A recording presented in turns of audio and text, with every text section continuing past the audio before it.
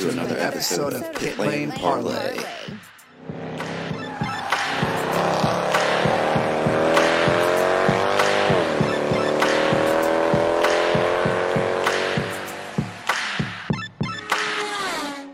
Welcome to another episode of Pit Lane Parlay. My name is host Mike Jokum. Jess and Matt join me tonight as we discuss plenty of news to go through since we last talked about silly season. Tonight's episode brought to you by our friends at gripmat.com, the world's first flexible non-slip tool mat that makes a great gift for the person who loves working on their car. Use promo code PLP10 for 10% off your order. So guys, let's start with some driver updates. As we saw in mid-December, Alex Palou joined Dale Coyne Racing, taking the seat of Sebastian Bourdais. So another driver in the rookie class. Do we have any expectations for Mr. Palou? Do we think he's going to succeed? Are we kind of questioning his rookie season right now? I'm going to kind of question it. I'm not going to be too harsh, I don't think. I think I'm going to put him, mid-pack. But I think that he's definitely going to have an uphill battle. He's got a lot of talent in this year's field that he's going to be going against. So I think he's going to have his hands full for sure. Yeah, I think a little natural sense of skepticism is a little okay at this point. I've kind of been vocal about what I feel Dale Coyne Racing is going to be like this season, and I think they're going to have an uphill battle. And it's not necessarily a knock against him. I think he's kind of just joining a team in a rough time. But from what I've heard from fans and people who've seen him throughout his career is that Palou is actually a pretty fast driver. So I definitely think there's room for hope while also understanding that there might be a little skepticism that goes along with that hope and that he may be slow at certain tracks this year. Yeah, I think the first thought I had was he might be this year's Marcus Ericsson, where he has points where he does really well. Maybe he sneaks in with a podium or a top 5 finish, and his points where he's 18th or 19th and just kind of has a dreadful weekend all around. So moving on, one kind of insider comment here before we move on. A source close to us told us before the holidays or right after the holidays, I can't remember anymore, that Max Chilton and Gallagher Insurance Company have not committed yet to 2020. That's more so on the Gallagher Insurance side, which I guess is pretty much one and the same as Max Chilton at this point. But so there are some questions on if they'll be on the grid at all in 2020. I guess time will tell in the next month or so as we get close to the preseason test here. And another note is Fernando Alonso. Now, I know you guys are going to tease me because I totally butchered this one and did not get it right at all. Is closing in on a deal with Andretti Autosport for an Indy 500 entry, possibly more races. Michael Andretti wants to get him in more races. So I am going to pause and let you guys gloat in the fact that you were correct, and you can tell me how wrong I was. Do you have us mixed up with anybody else? That doesn't really sound like something Jess and I would do. Does it, Jess? No, not at all. No, it's completely okay to be completely wrong on certain things sometimes, Mike. I mean, we're not going to make you feel bad for it or bring it up every now and then and or every episode. But yeah, I think I got that one right. And I think Jess may have alluded to, was I really the only one that said that? Oh, Jess shaking her head no. Okay. It's no fun if I can't make fun of Mike with Jess. Does that sound like something we would do, Jess? Make fun of Mike for anything? Oh, gosh, no, not at all. I mean, it really is okay to be that wrong on certain things sometimes, and we will try to never bring that up on the show ever again.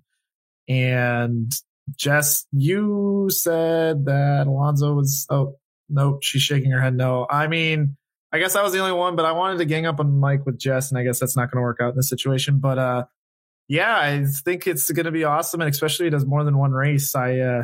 I think that's really cool for the team and for Alonso, and I think it's cool for Mike to be that wrong. I have kind of gone back and forth with where he's going to end up at, so I can't really join you in making fun of him because I've kind of gone back and forth, but I would be willing to guess that we'll have something else to make fun of him later. Well, hang on a second. sometimes it's okay not to have excuse to make fun of Mike. I don't know about all that. Come on. It's kind of like a hobby on the show. I know. We gotta pick on him a little bit. Or a lot. I don't have anything to say. We're going to continue on in the happiness of the fact that we are now less than a month until we see Indy cars on the track in an official test, and less than 2 months until the season at this point. So with that being said, Clauson Marshall Racing, who had the Indy 500 entry last year with Pippa Mann, said on Twitter that they most likely will not be back on the grid this year, as well as Pippa, who tweeted right after the holidays that she herself is not looking likely for a ride in 2020.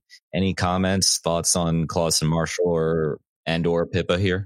I mean, I got to give Pippa credit because she is 100% putting this on herself for not being able to come up with the money to do it. So I got to give her props, because a lot of other people would, kind of string things along, make up things, or not necessarily make up things, but say things that weren't exactly forthcoming about their situation. So I really appreciated the fact that she came out and kind of announced that it's not looking good for her and that she's taking credit for it. So that's really my only comment about that.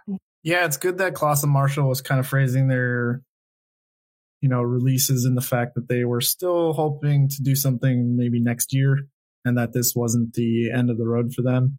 Then as far as Pippa Mann, it's a bummer not to see a female on the grid. I mean, at this point, it doesn't look like there will be a female on the grid.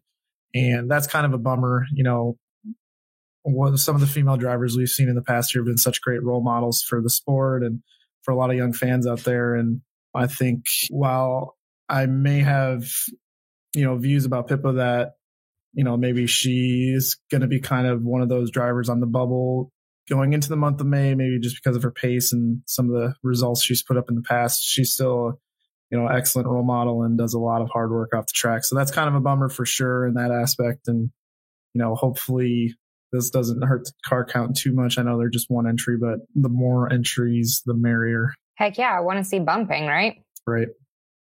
Of course. So we will continue on. Yeah. So we're going to move on to a couple of team announcements that have been made in the recent weeks. And like you said, all my weeks are running together. So I can't remember if it was before or after the holidays. Anyways, it's been in the last couple of weeks. So Dragon Speed has announced that they intend to run 10 races, and they're officially confirmed for St. Pete with Ben Hanley. And I hope this is true. I hope it all comes together and it works for them and they get to 10 races, because we all know what happened last year and it kind of sucked. So I hope to see them in their 10. And then also Per Racer, Dreyer and Reinbold has said that they're going to be in 4 races, and that also includes St. Pete. So St. Pete's looking pretty stout at this point. What do you guys think about both of those? So I'm going to give Matt credit here again. In the first, 7 minutes of this episode, I'm really uncomfortable with this, but I'm pretty sure he said St. Pete would have 25 cars. Jess and I went lower than that. He's looking at his phone right now. It could be 25 or 26. And if he's right, I'm going to be happy, but sad at the same time. So with that being said, Dragon Speed, whether they do 4 races or 6 races or 10 races, I'm happy that they're kind of shoring up some plans now. I did find it kind of curious that they only announced Ben Hanley for the first race of the year and not for, hey, let's, through Indy will be Ben Hanley or however they phrased it last year. But so I'm wondering if they're kind of working on some funding with, somebody we haven't heard of, or maybe somebody who has some IndyCar experience already. I don't know, maybe RC Enerson, just throwing an idea out there, because I know he does have some funding. In terms of Dreyer and Reinbold and Sage Karam, it's looking good for them. I know for a fact that they aren't positive will be in 4 races total in 2020, but Indy is obviously 100%. St. Pete is probably close to it with the testing they did a couple days ago, and I'm pretty sure they tested Wednesday of this week as well. So super happy to see them. I think this is the first time they've done something other than Indy in 6 or 7 years at this point. Yeah, I think it was 2013 was the last time they were part-time. So that was bizarre. Yeah, the 25 car count prediction plus on my part was on December 17th. Got that written down on my phone. Put a timestamp on there. It's kind of weird also on December 17th. A certain co-host said that Dragon Speed won't be racing in the 2020 season. Mike, was that you? That definitely was not me. Oh. Well, okay, so they're confirmed, but do they have their visas so they can actually get there? You know, we may not. So Jess might be right up until basically the Friday practice session, I guess, is when we will know for sure if Dragon Speed is racing, because there is a lot of time between now and St. Pete that stuff can happen, man. Visas can go wrong. I don't know. I don't know how it all works, but there's a lot that can happen between now and then. So I guess we won't disparage Jess too much at this point. But yeah, I think with the Dreyer Reinbold team first, that's good news. I don't think there's a negative here. I like the fact that they're sticking with Karam because I do think he has a lot of potential. And hopefully we see Hildebrand in the two-car effort in Indianapolis. And then as far as Dragon Speed, Mike's mentioning RC Enerson. I think a guy we should be looking out for too, which is a very, Jess who kind of person is, I believe his name is James Allen, the driver that they appointed their test driver for IndyCar, who also does some endurance racing for them, which is really random, but who knows? Maybe he's got some talent that they can harness for their IndyCar program. So we will see, but I think that could be someone that maybe gets thrown in the mix this year as well. I made that suggestion stupidly in an IndyCar Facebook group and got absolutely lambasted. So shame on you, Facebook. Jess, you can continue on now. Wait, hang on a second. For what? For the fact they may go with Allen? Yes, I said, well, what about their reserve driver last year? And I had to delete my comment because I got tired of Facebook being Facebook. Yeah, I mean, say one, that's not that irrational of a hot take. Well, it's not even a hot take. I mean, the guy's under contract with them, so, and they've come out and said that they might in the past. So it's really not that. I'll defend you on that one. Thank you. Remember, I hate Facebook. I know, like literally, that's, I guess, case in point right there. Yeah, pretty much. I mean, that just sums it up with Facebook. So Dreyer Reinbold, glad to see that they're tiptoeing their way back in instead of jumping in and maybe, screwing themselves in the end. I think this is a good way for them to kind of start coming back into the series and getting their feet wet. Dragon Speed, still not totally convinced that it's going to happen. So I'm just going to continue on with my probably not going to see that happen, but stranger things have occurred. And just to throw this out there, the only reason you said 25 cars is going to be at St. Pete is because I picked 24 first and you really wanted to pick 24. So there's that. No, as James May always said, he who is last shall finish first. And I believe I was the last one to pick an entry on that one. Yes, I was, Mike. I was last. No. Last. What did you? I am about 98% positive on that one. Well, as James May once said, he who is second to last shall finish first. How about he who is not first is not last? Wait, what? He who is not first is not. We just turned this into Talladega Nights. Okay. Yeah, basically. I mean, that is the politically correct. If you ain't first, you're last. Yes. There we go. We're getting things ironed out here. Yeah, there was also a test. Was it a couple of days ago? Today is Tuesday, and kind of as some interesting headlines to come out of that test. We had, I believe, 4 drivers in total, according to Racer Mag, and I've identified 3 of them. I don't know if Connor Daly. Oh, Oliver Askew is the 4th one. So it was Askew, Scott McLaughlin, Arenas VK, and Sage Karam. Now, those of you at home, I'll give you 5 seconds here after this question I ask. Just kind of in your head, who do you think out of those 4 was the fastest? Nope, it was Rinus VeeKay. So that was kind of surprising, especially I think it was by quite some margin that he was the fastest, according to what I read on Racer and Motorsport. So that's good for him. Good start. I mean, I know it's just a test, but that's good. And then McLaughlin, Team Penske. It sounds like he logged a ton of laps, and so there's kind of building speculation that maybe he is going to be featured in an entry list to this year at some tracks with Team Penske. It's not been ruled out at this point, so that's cool. And then we've touched on Sage Karam with Ryan Reinbold, and Askew was testing with Arrow McLaren, Schmidt Peterson. So guys, I guess the big one there was the whole McLaughlin thing. What do you guys think? Do you think we're going to see him on a track based on what we've heard after this test? I definitely can't rule it out. I mean, I know that he turned quite a few laps. I think I saw it was like 140 laps or something. I saw that on Twitter. Had some eyes on the ground and he looked quick from what I was told. And don't forget also that in the test at Sebring, they were also testing the cooling system for the drivers. And from everything I heard, that seemed to work fairly well. They've got a couple things they need to, work out, kinks in the system, so to speak. But I think the test went good for the guys who were involved. So I would love to see Scott run some laps myself. I think it'd be fun to watch.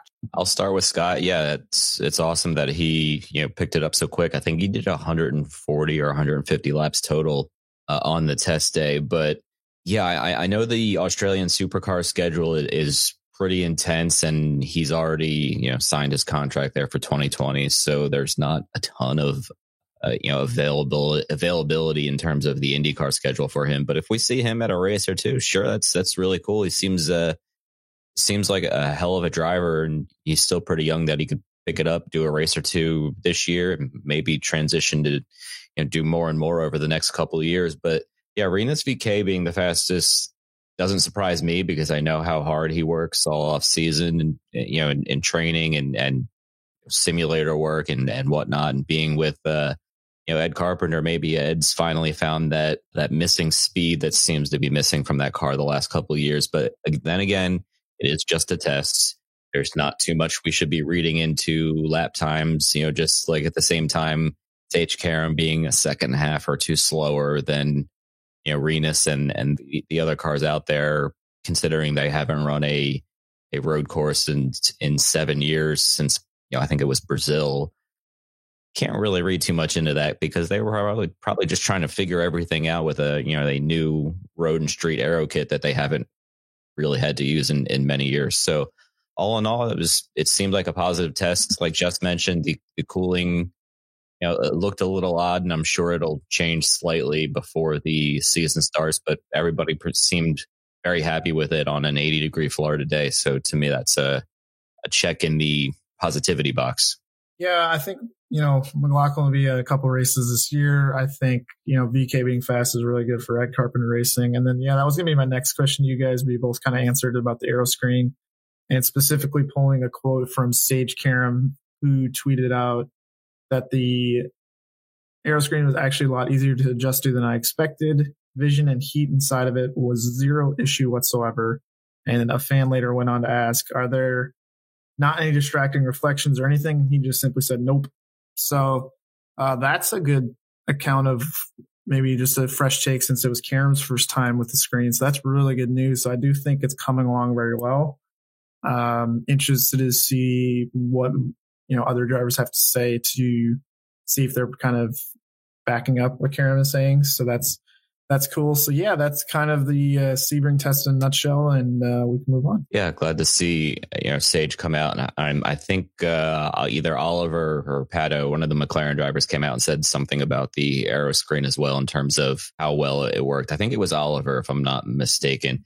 Anyway, quick shout outs to our Team Pit Lane members for their continued support. Let's go with our buddy Jake Neely, George Butts, who again, thanks for the Roar Before the 24 coverage he provided us on the ground while he was there. And last but not least, Mike Silver.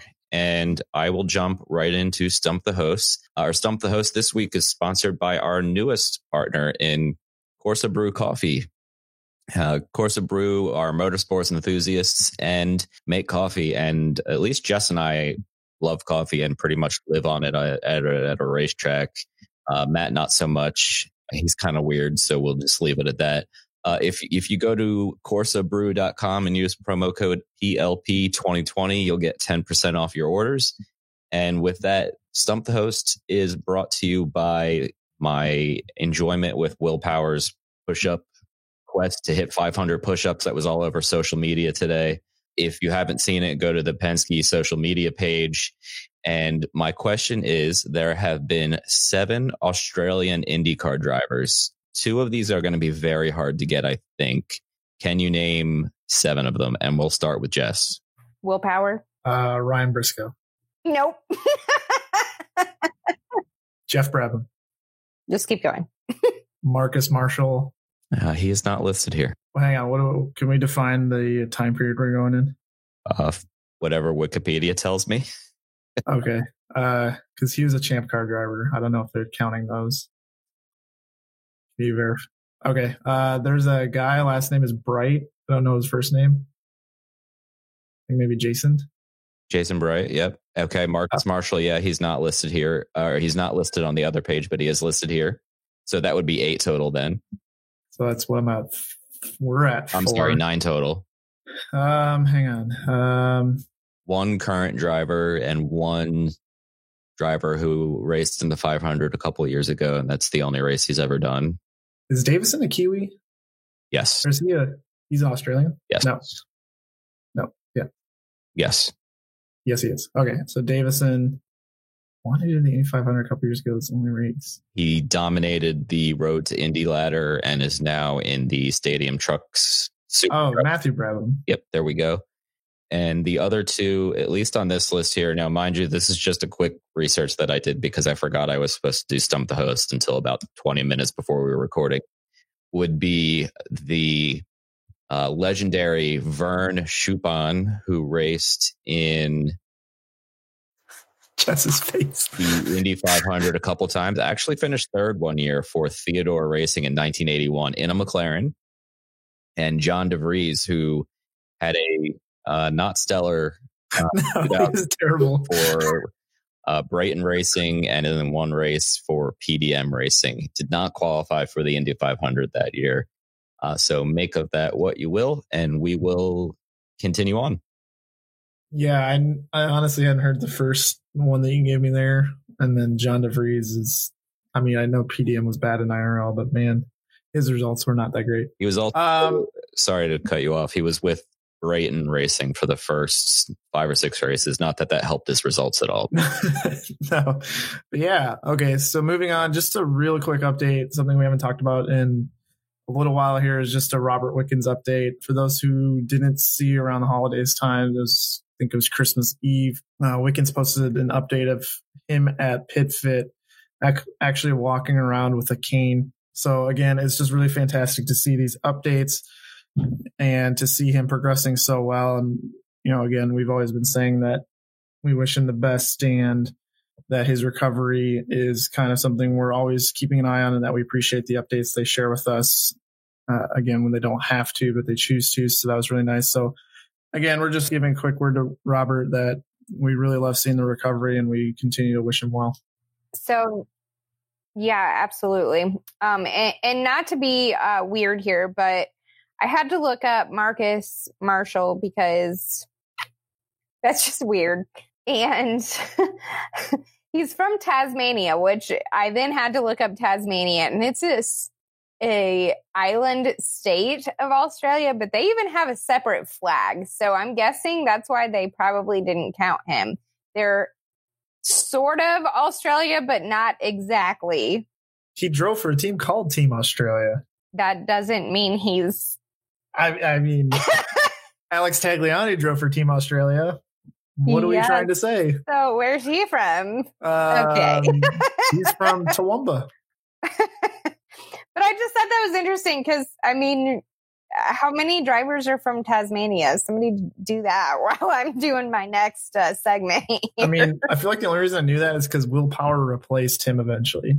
And so that's kind of, I mean, it's just a little random tidbit right there. I saw that and I had to say it. So anyways, I'm going to move on. Our next thing we're going to talk about is happening. It actually started yesterday, going all week this week. It's Chili Bowl time. I did not actually see a final entry list count, but I know it was over 300 cars were entered this year, and it is going to be an insane week of racing there in Tulsa. So we have some former and current IndyCar drivers that are going to be entered this year, including Santino Ferrucci, Connor Daly, James Davison, JJ Yaley, and Corey Kruseman. So you all need to check it out if you have the chance. I know that if you want to watch Alphabet Soup, it starts, I believe, at 11 o'clock in the morning. I don't know what the main is going to be, but it's usually around O or so down there, and they work their way up the alphabet.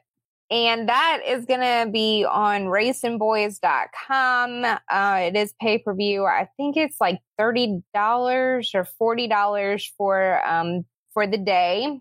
That gets you up and through the C main. The A and B mains are then on MAV TV. And so you would have to have that. If you're here local in the Indy area, we are going to be watching it at 1911 Grill. They are going to have it on all day, starting at 11 in the morning and going all the way through. So, yeah, God, it's, 14 hours, roughly, give or take, 12 to 14 hours of some of the best racing you're going to see. Crazy event, crazy amount of cars, and everybody just, is gunning to win. So it's going to be fun. And I just can't wait. Honestly, I can't wait to watch it on Saturday. Yeah, I hope I have the time this weekend. I don't really know what I have going on, but assuming I'm around, I'll definitely be tuning in. I don't even know if I have MAV TV anymore now that I have a different cable provider. So I'll have to do my research, but it's an awesome event. I tuned in a little bit last year. I think I bought like 2 days of coverage and then watched the weekend. So yeah, I'm excited to see how, especially the IndyCar guys do, but just in general, it's always an awesome event to watch. Yeah. And good luck to especially the active IndyCar drivers and Santino, Daly, and Davison. Wish them the best and safety and all that good stuff. And just to put you on the spot, who do you think is, I know it's kind of hard to predict with 3,000 entries in the race, but who do you think is going to win? Well, 3,000 is a little high. But I am going to say that Brady Bacon's going to do it this year. I feel like he's going to come home with it. And I was just trying to find, because we've already gotten into it, I was trying to find the flip count as of Tuesday night, but I don't see it yet. So that's kind of weird. Actually, no, I'm sorry. Right there, flip count. It was around 9 or 10 before we started recording. Well, they're putting them up. They've put several up, but they haven't put the actual number of flips. They're just using the hashtag flip count. So that's not helpful. Oh, there we go. 9 as of 2 hours ago. Already, just a day and a half in, and they're at 9 flips. So it'll be fun. Well, with that being said, I think I got that one correct, and we will move on. I'm sorry, I had to. Yeah, I don't know about 98% of these drivers entering, so I hope one of the IndyCar guys will win. I think that'd be pretty cool. Although most likely they'll all be underdogs. I was looking at an entry list here and realized I'm looking at an entry list from 6 years ago, so that's probably why all these names look confusing. Anyway, so quick IndyCar discussion here before we get to our pitfalls. IndyCar over the past month has tweaked numerous rules. Let's see here, starting with in practice 1 and 2, with the exception of the practice and warm-up period that is before the race, and for qualifying, the issue where drivers would cause a red flag and then IndyCar would guarantee 1 lap of green afterwards is gone once the red flag comes and there's not enough time to clear the track before practice ends. Practice is now just over. I guess they figured that lap was useless and might as well save those tires. So I get that. Not really a big deal. Probably the biggest one, I'll save that for last. There are now 2-stage pit speed limits at all ovals, obviously, except for Indy, which I think was instituted just for Texas last year. It seemed to work pretty well. So we'll have to see how that works at more of the short ovals. But I think it's a good system to get cars back up to speed and not fall even more laps down than they already do on a short oval. And lastly, probably the biggest headache last year was standardizing the yellow flag procedures to reorganize the field. They are now going off of where drivers were when they completed the previous fully completed lap instead of where they were when the yellow fell, which caused all sorts of headaches at, I believe it was Indy. I think there was a pretty long yellow flag after the red flag to figure that out. And then definitely Portland. I know that one was frustrating to a lot of people. And a couple other tracks, there was definitely confusion to a lesser degree here. So guys, question 1 is, are we okay with these changes? And question 2, would you change any other current rule right now? Yeah, I'm really happy with the changes. I think the biggest of the 3 that you read for sure was the trying to reduce time at the yellow flags. Specifically, the one that was kind of made an example out of was Portland, where after the first lap, it took like 13 laps to reorganize the field, which is just absurd. I mean, people come to watch the racing. They don't come to watch the field get sorted out behind the pace car. So that was just absurd. The only rule that I would change actually there's 2. Sorry if I steal anybody's answers. The first one would be getting rid of double points at Indy or the finale. And the second is I would like to see road course qualifying format changed. Formula One did this for 2 years. They actually had one car go at a time, just like they would on an oval. And they would do it by, I think, either practice speed or points entering the race. So the first with the last amount of points would go first, kind of like we see on the ovals, entrant points. And I think that would create a lot of drama, just give a driver an out lap, one flying lap, and then an in lap, and that's it. So they have one lap to nail. And there's nothing really wrong with the current system. I just think that would be pretty cool to watch. Yeah, I'm not going to disagree with that entirely. I think that I would change the way they qualify slightly, but I don't know if I would do it quite like that. I don't like everybody gets penalized if there's a red. I think it should just be the person who caused the red, and then they stop the clock kind of thing. Maybe, I don't know.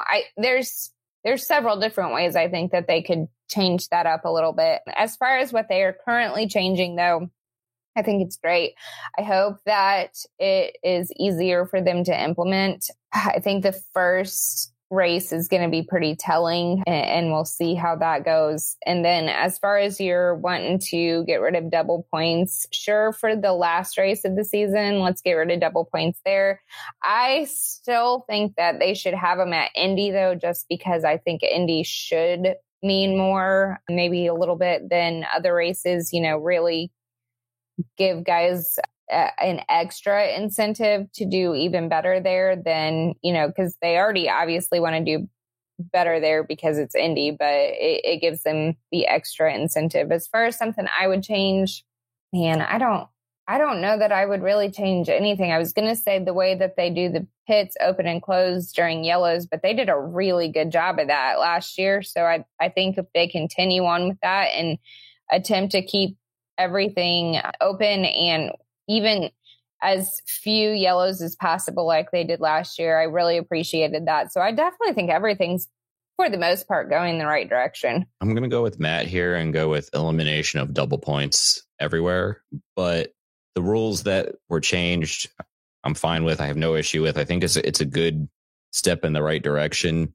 I don't know if I would necessarily change a rule, but I would definitely make the blocking calls that have kind of hurt some drivers in the past couple of years much more clear in terms of what is blocking and what is not. So that's, maybe I'd clear up a rule instead of writing a new rule. Yeah, and real quick, do you think IndyCar, because kind of on one of Jess's points where they shouldn't just punish everybody for a red flag in qualifying, do you think IndyCar maybe needs to do a better job of balancing giving fans entertainment for the ticket they purchase with lots of on-track action versus not making the schedule so tight that they can't afford to delay a qualifying session 5 minutes to accommodate a red flag. What's your guys' take on that? That's a very good question. I am going to say the current system of having a lot going on for the most part is very good, especially if it's Road to Indy. I wouldn't change it. I wouldn't change that. It's kind of a double-edged sword, honestly. I feel like getting the qualifying sessions in is extremely important, and actually being able to have them run them instead of having it be red flagged the whole time or most of the time. Yes, having entertainment is good, but I think it kind of can backfire. So I might change it a little bit. I wouldn't change it a ton, but I would definitely build in some, buffer time, like maybe a half an hour at the end of the day that could be spread out if something does happen so that the sessions could get in. Yeah, and even if, I don't know, go as far as to say that to really maybe try to dissuade mistakes in qualifying. I mean, practice, take it or leave it, but qualifying, if you cause a red flag, maybe just park for the session. That way, maybe drivers aren't not necessarily not pushing the absolute limit, but not just, doing things that are kind of risking it to get the biscuits. So I don't know something, but I do think that I agree kind of with both of you that the current system they have now is good, while maybe finding a way to tweak it so that we can get a full qualifying session and not maybe 1 or 2 flying laps for everybody, maybe more. Yeah, I think that's fair. Yeah, I think that's a good idea. So with that, falls this week are sponsored by our friends at Craft 1861, all natural CBD products for your health and wellness at craft1861.com. And now it's time for Pit Lane Parlay's Pitfalls of the Week. All right, so I guess I will get this ball rolling. I've had so many good ones, like over the past, 3 weeks now, 3.5 weeks, whatever it is. There's been a lot, and I picked one from I don't even remember. Is he NASCAR Trucks? I don't remember what. I think he's full-time NASCAR Trucks and part-time Xfinity Series, but please don't hold me to that one. I'm obviously not the expert here. Yeah, I can't remember exactly. I really wish I knew more about NASCAR sometimes. Anyways, Tommy Joe Martins. He is a driver, and I cannot remember. I don't remember. I know I looked it up, but I don't remember what he does. Anyways, he had some interesting words for people on Twitter. Oh boy. I'm going to read this, and I quote, "Smart-mouthed internet commentaries don't do much for me either, but if you want to watch a bunch of millionaires drive around, watch IndyCar or sport car racing. You want to watch hardworking people put their ass on the line every week, watch Xfinity and NASCAR Trucks." Yeah, I mean, there is so much wrong with this. First of all, I don't really know where he gets that everybody in IndyCar and sports car are millionaires and making $1 bajillion. Like, he's clearly mistaken there. And that's even not even half the point, I don't think. But then there's the people in Xfinity and NASCAR Trucks putting their ass on the line every week. Pretty sure that they are safer. I'm pretty sure that's a big draw for a lot of drivers. I just don't even know where else to take this other than what? What is wrong with you? I other than the boo button, I really have nothing on this one. I mean, I appreciate that for like the first time in a long time, the boo button was used against somebody other than me. But yeah, there's just a whole lot wrong there. It's just one of those takes where we got to just frame it and put it on our wall of shame somewhere, because that is a horrendous take if I've ever seen one. Speaking of horrendous takes, I got my pitfall lined up here. This is for Brian Keselowski. So please don't go on Twitter and start bashing Brad Keselowski, but not Brad. This is Brian Keselowski. This is in regards to a debate that came up on Twitter. I don't know if it was sparked by Brian, but I saw a lot of chatter about sim racing and, the talents behind it. I saw somebody tweeting that it's physically demanding. Not quite sure I get that argument. I definitely say mentally demanding, but physically, I don't know if I agree with that one. But Brian went as far, and this is his tweet word for word, so please don't get mad at me. He's replying to someone. I don't have the original tweet, but I'm assuming it's in regards to supporting sim racing. And Brian said, quote, "What facts, dumbass? I play Madden, but it doesn't make me a coach or football player." Okay, so the argument's like, I don't agree with that argument, but it's not so bad so far. Then he goes on to say, "You idiots think you are on the same level as real racers and it's a mental disorder." Nope, can't say that. Then he goes on to say, "No different than kids shooting yo schools because they're playing shooting games. You people need help."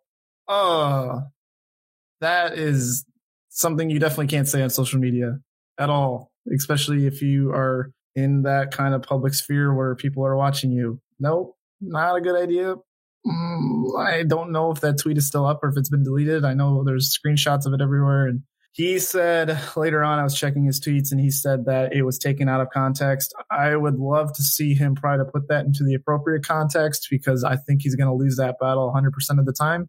And I really don't understand this day and age saying that. I don't think it was appropriate. I don't think it was a good argument. You could have taken that 16 million different directions, but to kind of die on that hill was not the best idea, in my opinion. Yeah, I'm again at a loss for words, and I don't want to use the boo button again already, but just really in poor taste all around. I'm just going to leave it at that before I say something silly. Yeah, I mean, if you really think about it, I get probably what he was trying to mean, because people do blame video games for school shootings or whatever. I get that, but what, dude? That doesn't make any sense in this particular battle that he was going after. So nope, just don't do it. Just don't go there. Well, continuing on the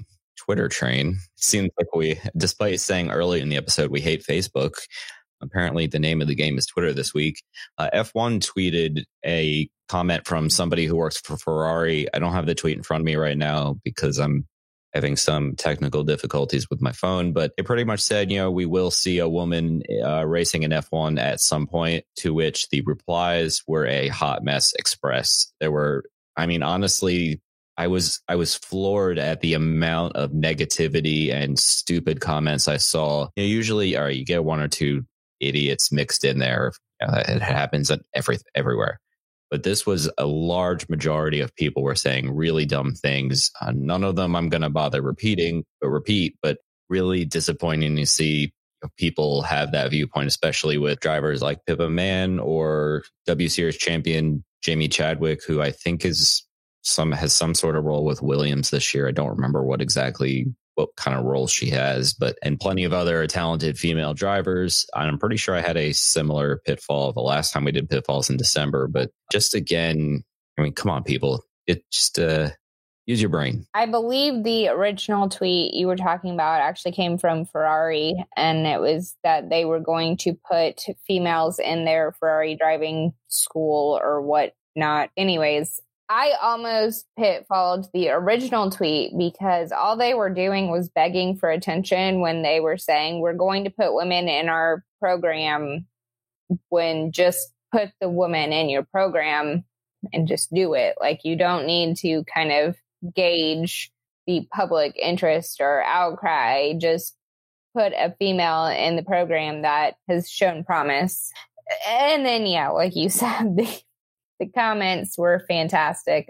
Saw one where a male was like, this is what happens when you put a woman in a car. And it was like a car driving in a circle in a parking lot, just running into things. So really, come on now. Yeah, lots to say on that one, but I won't rant for hours. Yeah, I think the other pitfall in question was something to do with Hailie Deegan, if I remember correctly, because I remember saying something along the lines that I can't do what she does. She's stronger than me and could kick my ass. Yeah. Again, it was Twitter and something along the lines of, I bet she can't wheel a 3,500 pound stock car around a track for a couple hours. To which I reply, my 45-minute workout at the gym today, which is not nearly as hard as anything she does, left me laying on the floor when I got home tonight. So I think that says enough about me. Yeah, I can't do it. She does. I couldn't do it. Any of the talented female drivers out there do. And for, I think I said something along the lines that keyboard warrior couldn't do it, and Haley Deegan does either. So, it's really dumb. It's not like a funny narrative at all. I don't get the humor behind it. And, you see certain tweets about other stuff that I guess we don't need to digress into, but like WNBA, anytime you see anything about WNBA, the replies are pretty toxic too. So pretty dumb narrative. Hopefully one day it goes away and we can just have a rational debate about, drivers' merits as a whole. Yeah, very well said. So with that is our early January silly season wrap up. Hope everybody enjoyed it, and we will be back next week. So unless there's anything else, Jess, go ahead and sign us off.